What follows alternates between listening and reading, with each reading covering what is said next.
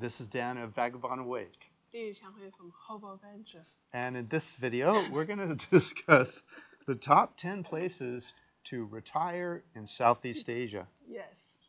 And you may not know who we are, so we're going to tell you all the countries we're talking about in part one and just some general ideas about them. And in part two, we're going to discuss what are our favorite cities in each of those countries. And then in part three, we're going to rank our top 10 places we would retire today if we were to retire in Southeast Asia. So, what countries have we been to in Southeast Asia? Well, the first is we will talk about Malaysia. Okay. So, as you know, Malaysia is a rainforest country. Yeah. And also it's mixed of Malay, Chinese, and India. Exactly. So we have a local food for Malay, Chinese, Indian, and also like a Thai, Korean, Japanese food in the local price. Yeah, and you may not know yet, but Chung's from Malaysia. I'm from the USA, so she's quite an expert on Malaysia. And Malaysia is well known for being one of the top healthcare providing or tourist healthcare destinations in Southeast Asia. And the prices are pretty fair also on top of that for healthcare. And also that Malaysia also is the home to the colonial building that you can see in Melaka, Georgetown, which is Penang, and KL as well. And also we have the one thing you need to go to see in Malaysia, Kuala Lumpur, is the tallest twin tower in the world. Yeah, the Petronas Towers. One of the surprising things about Malaysia is how low the cost of living is, given that it has one of the higher per capita incomes in Southeast Asia, and it's one of the most developed countries in Southeast Asia. We don't talk about it much in the West, but it's one of the most developed. Maybe only Singapore is more developed than Malaysia. I would say Thailand as well.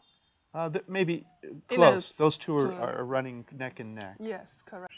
The other thing is if you happen to begin dating, if you're lucky enough to date a Malaysian or fall in love with a Malaysian, they have an amazing passport. They can go to a lot of countries, almost as many as my passport, U.S. passport. How many countries can you go to? 180 countries.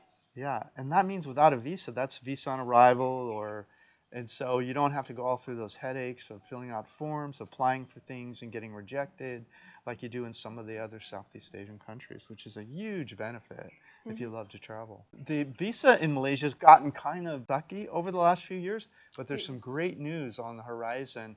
Two of the states in Malaysia, one called Sabah, one called Sarawak, have provided better visa terms, and I'll be going over that in a future video this week, maybe next. So definitely subscribe if you're seriously interested in Malaysia, because you'll be happy to hear that there's a way to retire in Malaysia now with a visa under some of those new terms. Yeah. The other great thing about Malaysia is they speak English everywhere you go. Not every person there, but it's quite unusual to walk into a restaurant or a store and have no one there that can help you if you're an English speaker. Quite unusual. So that's a great benefit too. That's kind of the Malaysia general. Also, another country is Thailand that we've been to over the last few years. And all of these countries we're going to mention, we've spent quite a bit of time in each and quite a few different cities. Some of them as many as 10 or 15 different cities that we spent quite a bit of time in. So we'll get to the individual cities that are our favorite in a minute. But Thailand also has excellent healthcare, just like Malaysia, just slightly more expensive than Malaysia, I would say. And Thailand is, as for me, Bangkok is a city that never sleeps. So you can party all day, all night long, and you have a good food also as well. In Malaysia also, 24 hours you can have local food like Mama restaurant. In Thailand as well. For me, one of the top 3 foods in the world is Thai food. I love Thai food. And so you can't really overstate the value of that if you're thinking of retiring somewhere and you love the food. Hard to beat that as an element. So yeah, and also that Thailand is full of smell. What smell? Food smell. Also emotion, because the people over there is very friendly. They go like a mile away to help you. Like, we are asking one thing like a tofu, and the lady just bring us around to find the tofu that we want. Anything. We ask for something, and then they will try their best to get us the thing that we need. So that is Thailand. And also Thailand is famous with the royal palace, ancient ruins, all these ornate temple display figure of the Buddha. Yeah. So it's a very beautiful and exotic country for me. Yeah, the temples there are just unmatched anywhere in the world, literally. I mean, it's just gorgeous temples. And all throughout Thailand, really. I've never really felt in danger. It feels, and I've been up late at night in Thailand, walking home. I've just never felt in danger there. I'm not saying there's no danger there, but I'm just talking about my perception of Thailand is it's quite safe. And it's also, Thailand's also a great place if you're single to date. Oh. There is a language barrier there, so you know, it might limit somewhat who you can date. But there's just a great atmosphere and great people there, and so it's a fun place to date. Definitely fun place. We will talk about the place that we love in Thailand in the next part. Yeah. And the visa still is pretty reasonable in Thailand. If you're 50 plus, the retirement visa, you either have to prove 2,000 a month as a pension of some kind, or put about 22,000 US. Those are both US numbers, by the way. 2,000 a month or 22,000 into a Thai bank account, and you can get a visa. Those are two different paths. One is based on pension, the other is based on money. And so that's fairly reasonable in comparing countries around the world. Yeah. Next up? Next up is the Philippines. So Philippines, we know that Philippines is abundance of the beautiful white sand beaches, very, very beautiful, and the waterfall as well. And also, it's a home to century-old churches. I think no one know about that. And turned out, also ton of the century mansions and the ancient folk and the modern museum.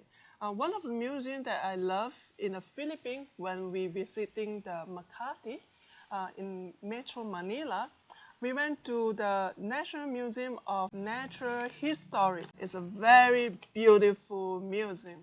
Guess how much we pay for the entry fee? How much? Free. Free? Yeah, you still remember we went there? I do. And they have the dinosaur display, you know, Yeah. all this very rich information. Yeah. And it's free, even to the foreigner. The Philippines also is one of the lower cost of living countries around the world. And depending on whether you live in the city and whether you live on the provinces, your cost of living can vary greatly. But it's definitely worth visiting and seeing what kind of place you want to live in and what the rents would be for that. And the food is the same thing. It varies whether you're eating local food or you're eating foreign food in restaurants, and also whether you're shopping in an open air market or are you shopping in an air-conditioned grocery store with a shopping cart. The food prices vary substantially. And so there is a price point for almost anyone in the Philippines if you're willing to live more like a local and less like an expat who's come in and has a bucket full of money to spend. So and that's true of all of these Southeast Asian countries. Many Westerners, especially English-speaking Westerners, think the Philippines is one of the best places to date in Southeast Asia because many people in the Philippines speak English, quite a few. And there's a large acceptance in the Philippines for age difference relationships. It's a wide open dating market there, and people are lovely there, and so it's also a great place to date. And one of the other great things about the Philippines is they have for 36 months in a row, you can come as a tourist, as an American in many other countries, and they just stamp you for the first 30 days. And then for 36 months, every month you can go in, or every few months, and you can get an extension on your tourist visa for up to 36 months for about $30 a month, and you can stay there without getting a retirement visa. And so a lot of people love the freedom of just extending as long as they want, and then once every 3 years or every 36 months, you just fly out of the country, fly back in, and they start the clock over again. So theoretically, you could live there over and over again over these 36-month extensions without ever getting a retirement visa. That's true. Next up, in the country of Indonesia, we're talking about Bali, Indonesia. And the reason we only speak about Bali is because that's the only place we spent time in Indonesia. All these other countries, we spent time in multiple cities. But in Bali, we've really only spent time in Ubud, which is where we're sitting now. And we've done beach trips to other cities, but we'll stick to cities we spent time in overall. And so that's why these other countries, we're not really talking about cities that much yet. But Bali, Indonesia has amazing food. And for me, I'm vegetarian, and it's almost every restaurant you walk into have maybe 3 or 4, even the national dish comes in a vegetarian form, and you'll rarely walk into a restaurant in Bali that doesn't have vegetarian food because it's a Hindu. This part of Indonesia is Hindu, and many Hindus are vegetarians, so they're serving the local community and me as a tourist. Bali is known as a land of gods, and Balinese culture and the traditional reasons impacts almost every aspect of life on the island and draw people to the Bali to see it. And the national food, which is the nasi campur, gado-gado. Nasi campur is a mixed rice that you pick. They already pick the dishes for you. And gado-gado is the salad of the Indonesia. Babi guling is a pork dishes with rice. And also the last one, the famous of luwak coffee. It's a cat creature, animal. And then they eat the coffee and then pull the coffee, and then you eat and drink that coffee bean. Well, the more detail we will be explaining in the next video. Yeah. Yeah. Just to give you an idea of the cost of living here, we found that it's really fair. We haven't been here in 5 years, and we came here expecting the prices to be much higher. Yes. In fact, it was in one sense. Normally we go straight to Airbnb and we look for a place to go for the first 4 or 5 days, and it seemed like everything was overpriced, but we were still able to find a hotel room on Airbnb that was only $10 or $11 for the first 3 or 4 days, and then we hoofed it. We went on our feet, which we talk about in my how to find apartments overseas, and we found this apartment we're in, and we're going to give you a video of it in the next 1 or 2 videos from now. You'll see what an amazing place we got for $336 a month. It's a 1-bedroom apartment, beautiful greenery all around it, kitchen, living room, bedroom, bathroom, gorgeous. It's about like $11 per day. Yeah. And also including the 1 week cleaning and changing the bed sheet. Once a week, yeah. Once a week, and the towel. And it's including the water and the electricity and the internet. Yeah, crazy. The food is also like just $2 maximum. We still can find $1 food. Yeah. So it depends. And that food, $1-2 food, you have to see the picture I show you. It doesn't look like $1-2 food. Yeah. Yes. And even if you want to splurge, you can get a nice meal for $5 or $6 or $7. I'm talking Western food. And so we don't really find the prices are crazy here yet. Now, I do agree, if you're not in Ubud and you go down to the beaches, where in my feeling it's a bit too warm, I'd rather live up here at this elevation and go down for the weekend to the beach or whatever. Down there, it is pretty expensive. Yeah. But honestly, I've never really liked living down at the beach in Bali. I like living up in this big, green, gorgeous rainforest area. The white also is different. The beach that he's talking is like Kuta area, Sanya area, Login area, Uluwatu area. Those area is quite crowded. Right. A lot of tourists over there. So, and it does not seem like Ubud here. Yeah, and Uluwatu does have white sand beaches, beautiful crystal clear water and all that. That's actually a beach community that I'm okay with. I like that quite a bit. But it's still a little warm for me. I'd rather be up here in the mountain a little bit. Yeah. And then actually, really it feels so far for us, all the places we've named, including Bali, Ubud here, I feel really safe. We've been walking around all areas the day and night, all through the central area here of Ubud, and it feels really safe to me. Even your friend who just arrived and just the first time visiting the Southeast Asia, he didn't feel any danger. Yeah, he's not feeling danger He either. walked out from his hotel room, just take the taxi in the street and ask the taxi to send him to the restaurant. In the way, he asked the taxi driver, "Do you know any ATM around?" The taxi driver said, "Yes." And he go, take the money out, and then going back to the car safely, he in the restaurant with us. Yeah, and he, as he put it, he didn't feel any negative energy in the whole experience. And it's just, it's the same as it was last time I'm here. The Balinese people are beautiful people, and they're very friendly, and I just don't feel any danger here. I feel more danger in my home country, the USA, honestly.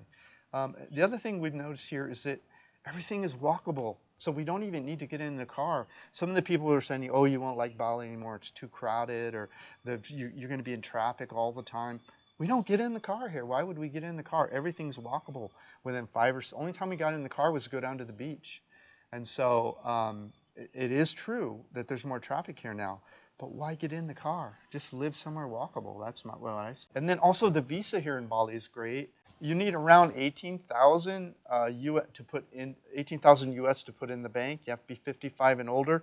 A couple other minor requirements, and you get a good visa agent, and you'll be able to get a retirement visa here. So, and then many people speak English here. Yeah. Everywhere we go, restaurants and stores, and it's very common because it's a very popular tourist area. It's a very popular tourist area in Indonesia. Bali is, they call it a honeymoon place. You know, people come here for honeymoons. Yeah. And then next up, we also spent time in Cambodia. And Cambodia is a little less developed, a little more rugged, and certainly physically beautiful. And there's a lot of interesting places to visit there. You've probably heard of Angkor Wat. Angkor Wat was, at the time, it was at its population height, estimated to be larger than Beijing. It was estimated to be the largest city in the world, and it's overgrown with rainforest, amazing, gorgeous greenery everywhere, and they have these huge temples.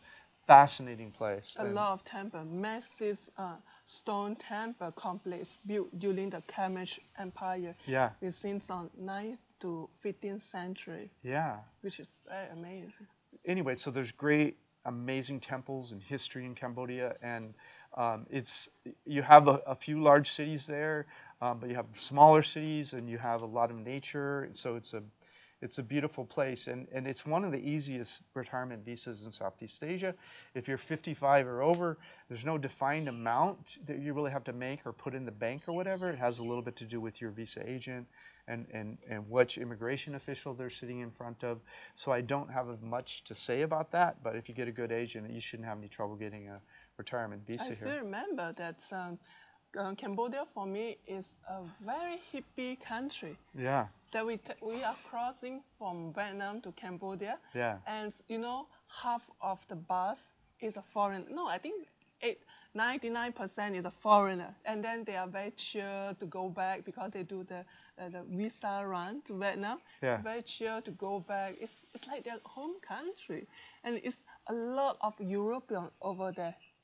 And a building also, it depends on which city that you go. Like Kampot is full of a very hippie vibe, and also it's a French colonial building is over there. It's very colorful. It's a very interesting town. Yeah, it is. And by the way, all of these places are worth a visit, especially, you know, if you move to one of them and retire, everything's within an hour, hour and a half flight. Other than the Philippines, might take you 2 or 3 hours to fly to, depending where you are in Southeast Asia. But everything else is like an hour away by flight, or you can take these minivans and do what we do, which is called slow traveling. And we go to all these places and enjoy them and notice the differences, and that's why we like to talk about it. If you want to know more about the country that we talk, Malaysia, Thailand, and Cambodia, and Bali, all these things, just go to vagabondbuddha.com and you can find all the reports over there. Yeah, we have written reports on all these places, where to eat, where to stay, best parts of town, our favorite cities. We're just kind of giving you a review because we just spent about a year here in Southeast Asia after we spent a couple years in Latin America. Yeah. And so now we're going to give you the top 10 of our favorite. Yes. But first, we have to talk about Vietnam. Oh, the last one there is Vietnam. Huh? Yeah. The last country there in Southeast Asia. Yeah, so Vietnam is also one of my favorite foods in the world. It's very fresh, delicious, and reasonably priced. It's the same in that way, $1 to $2 dishes if you eat in the local restaurants, opposed to the expensive tourist and expat restaurants, and it's very healthy food. Yeah, Vietnam is known for the history and the river, Buddhist pagodas, and the bustling the city in a very small, early, all these things, and the unique of the Hoi and Hoians. Oh yeah. Oh God, that's beautiful, and their food. The best one for me is phoi, which is the noodle soup. And then also it's a Vietnamese, the spring roll. I like the fresh spring roll. And the third is a bún chả. I don't know how to tell you, but the picture show everything. And number 4 is a banh mi, is a French baguette sandwich. French sandwich, yeah. Yeah, and the 5 is escargot noodle soup. Oh my God, it's so good. Yeah, just extremely delicious food in Vietnam. And the cool thing about it, as a vegetarian, they have Buddhist temples all over Vietnam. And all you have to do is just look around and look for a Buddhist temple, and then usually right across the street or next door, not more than a block away, there'll be a pure vegetarian restaurant. And so you'll be able to find vegetarian food, and it's often quite reasonably priced. So. Okay, and then of course when you're in Vietnam, you're going to want to see Ha Long Bay. You're going to want to see for those gorgeous bays with the huge cliff mountains hanging up in the air over the boat, and Phu Quoc, which is white sand beaches with these red starfish, and Hoi An, Chung mentioned, which is one of the oldest trading cities in Southeast Asia, where all of the best pottery, what we call China in the U.S., came through there, and so just gorgeous museums and such a lovely town. And also Hanoi. Hanoi, yeah. Oh, you cannot forget Hanoi. Of course not. It's an interesting culture that you can see people sit on the stool, Yeah. small one, and just drink for $1 beer. Yeah. They make their own beer, and then go to the toilet in the shop, which is they never cover the toilet. You don't have a toilet door over there. It's very interesting because you will not see that everywhere. Yeah, in the downtown area, Hanoi, they have all these little streets cars can't get through. Lucky to get a scooter down them. Yeah. And they'll put all these benches out with the short little Vietnamese stools you'll see with all the great food. And at night, everyone just sits around and drinks beer, Yes. and people watches and people playing music. It's really a fun city, Hanoi is. It's a very fun city. Yeah, so, and then again, I just always feel safe when I'm in Southeast Asia. And it's the same with Vietnam. Now, here's the bad news about Vietnam. They had a lovely visa. It was a business visa you would get once a year, or you could even get a tourist visa up to a year, and you could do visa runs. It wasn't much of a problem. During the COVID thing, they shut it down, and they just were giving 1 year visas. I'm sorry, 1 month visas. So you have to do a visa run, leave the country. And now there's exception to that if you can get a work visa or you get married and talk to a good visa agent for creative ideas. And you can find other things. But the easy way of just calling a travel agent up and getting a 1 year visa or a 3 month visa or whatever, that's over with. You have to be a little more clever now to stay longer in Vietnam. Yeah. So, yeah, so that concludes our sort of survey of where we've been, or what countries we spent time in. And in part 2, we want to talk about, in each of those countries, where we would want to retire, where we'd want to spend more time, even if we didn't want to retire there. What are our favorite cities or favorite places? Places, yes. Yeah, favorite places.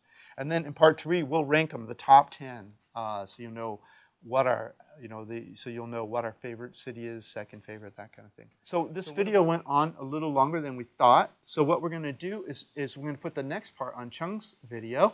So just look up onto the right here. There'll be a little thing that comes out. Click it when the video is over. You'll go over to Chung's channel, and you'll hear part 2. Yes. So go to my channel, see the part 2. We'll see you over there.